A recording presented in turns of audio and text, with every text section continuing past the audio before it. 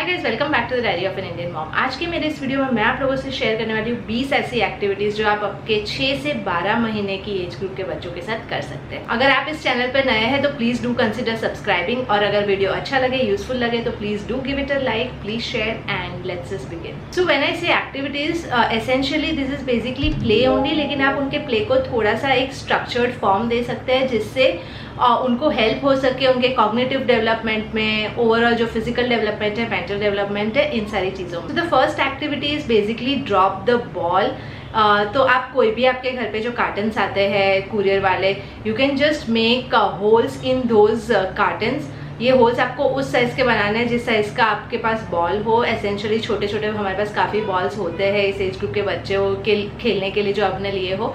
So you can just make holes of the same size ताकि ball अच्छे से आसानी से उसमें अंदर जा सके, and you just have to give it to your kids and they will try to put it inside, and it's a fun activity for them. ये इनकी ग्रिप डेवलपमेंट में, ग्रॉस मोटर स्किल्स डेवलप करने में, focus building में, इन सारी चीज़ों में help करता है, and it's very easy to make. Same size का बॉल देने के बदले बच्चों को अलग अलग टाइप के ऑब्जेक्ट्स दे सकते हो, जैसे स्केच पेन दे दिया, then they have to actually align it in a particular way, तभी वो अंदर जाएगा। लेटा के वो लोग अंदर नहीं डाल सकते।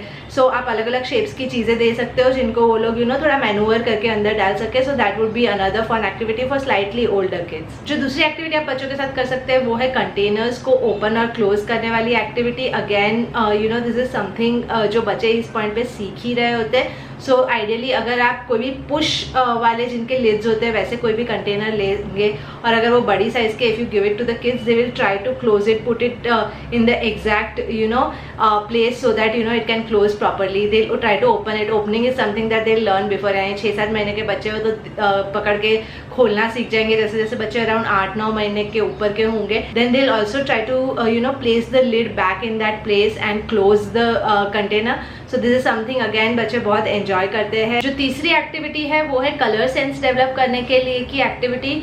सो बच्चे जब इनिशियल इन्फेंटहुड में होते हैं, अराउंड 4-5 मंथ्स ओल्ड होते हैं, तब तक उनका आईसाइट अभी डेवलप ही हो रहा होता है, उनका विजन थोड़ा ब्लरी होता है।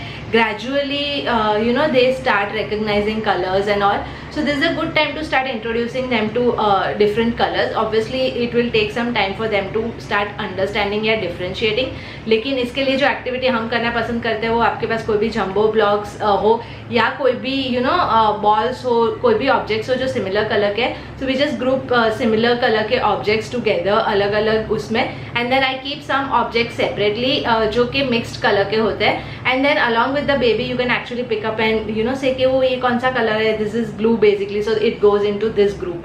So when the baby keeps on seeing that heap of objects of the same color, so they'll gradually realize and start differentiating between colors. जो next activity है वो है shape sorting की activity. Again this is something जो आप इस stage पे introduce कर सकते हो। उनको properly समझ आने में it will take a few months still, लेकिन इसके लिए बहुत सारे अलग अलग toys भी आते हैं। Like I have a couple of them. एक है जिसके अंदर अलग अलग शेप के होल्स बने हैं and they have to put the exact object inside. दूसरा is something like this. So you can use toys like this also to help them understand क्या shapes होते हैं और क्या formation होता है हर shape का.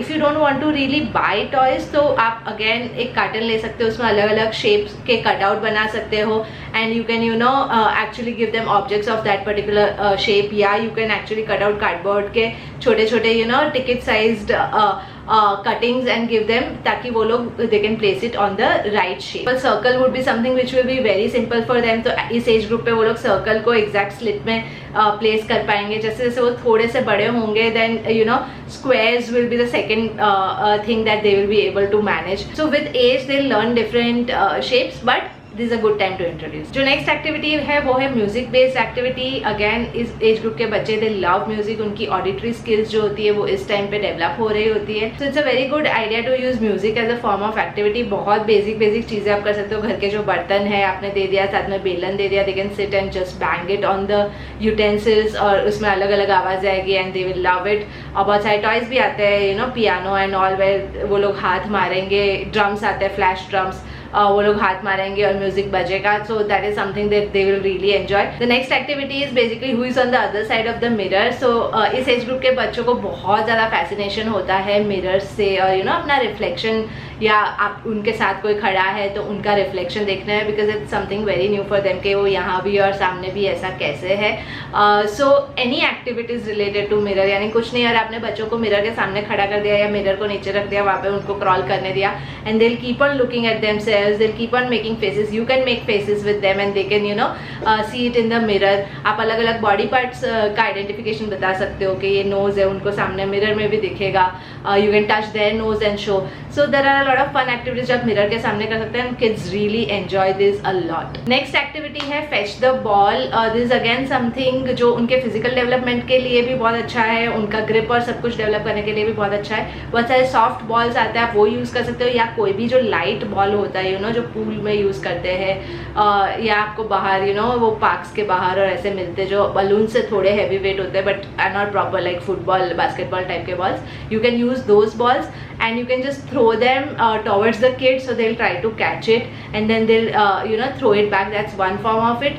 आप normal fetch the ball भी खेल सकते हो where they are sitting with you and you know you just roll the ball और बच्चे crawl करके या walk करके whatever their current skill set is creep करके they can go and hold the ball. It's very good for the practice of crawling या whatever form of movement that they are doing. Why I suggest कि you should use a soft ball here is कि जो proper ball होंगे अगर आप वो use करोगे हवा वाले तो there is a chance कि बच्चे उसे पकड़ने जाए उसमें वो लोग भी roll over कर जाए बॉल के साथ and they might hurt themselves. Soft ball दब जाता है, they won't roll over, so that's a added advantage. The next activity which is very very basic लेकिन हम लोग बहुत बार नहीं करते is talking to your kids or your baby or having a conversation with them. ये हम अथर के time पे भी बहुत करते थे and I have spoken about how it had helped in developing you know early speaking skills. यानी Athar by the time he was 18 months he was speaking full sentences. So and I think this really helped. Plus बच्चों की vocabulary बढ़ाने में generally making them interested in conversations and all this really helps.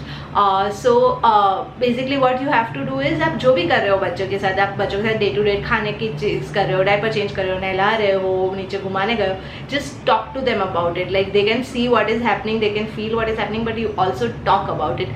उससे बच्चे you know speech और action को relate कर पाएंगे और धीरे धीरे धीरे वो लोग कुछ words grasp करेंगे and they'll also try to repeat it after you.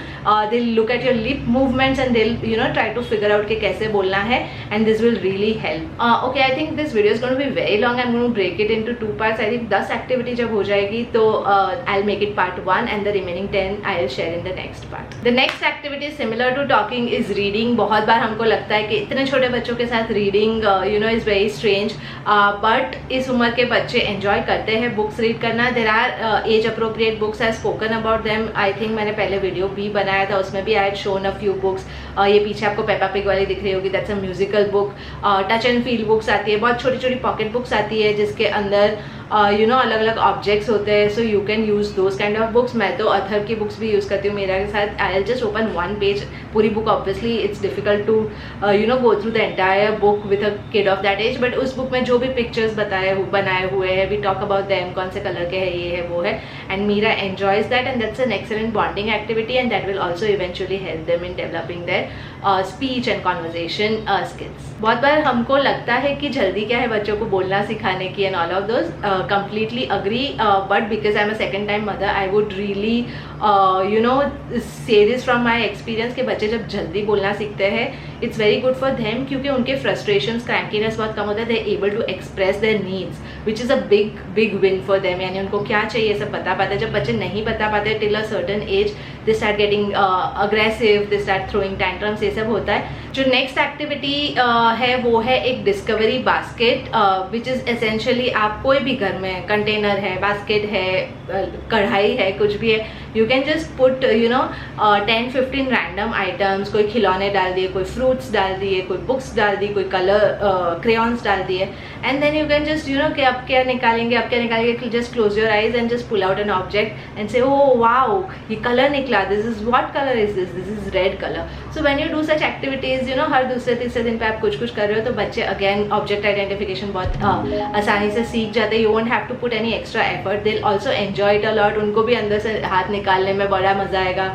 You tell them कि let me put it back. So you know you actually teaching them with the action of putting back. So उनके दिमाग में register हो रहा है कि putting back means put it back.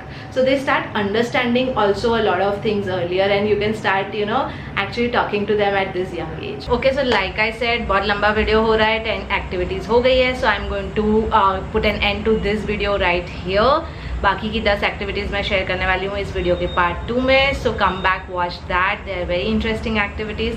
And till then अगर आपको ये वीडियो अच्छा लगा तो please share, please like, please subscribe, आगे इंस्टाग्राम पे फॉलो करो. And yeah I see you in my next one. Bye bye.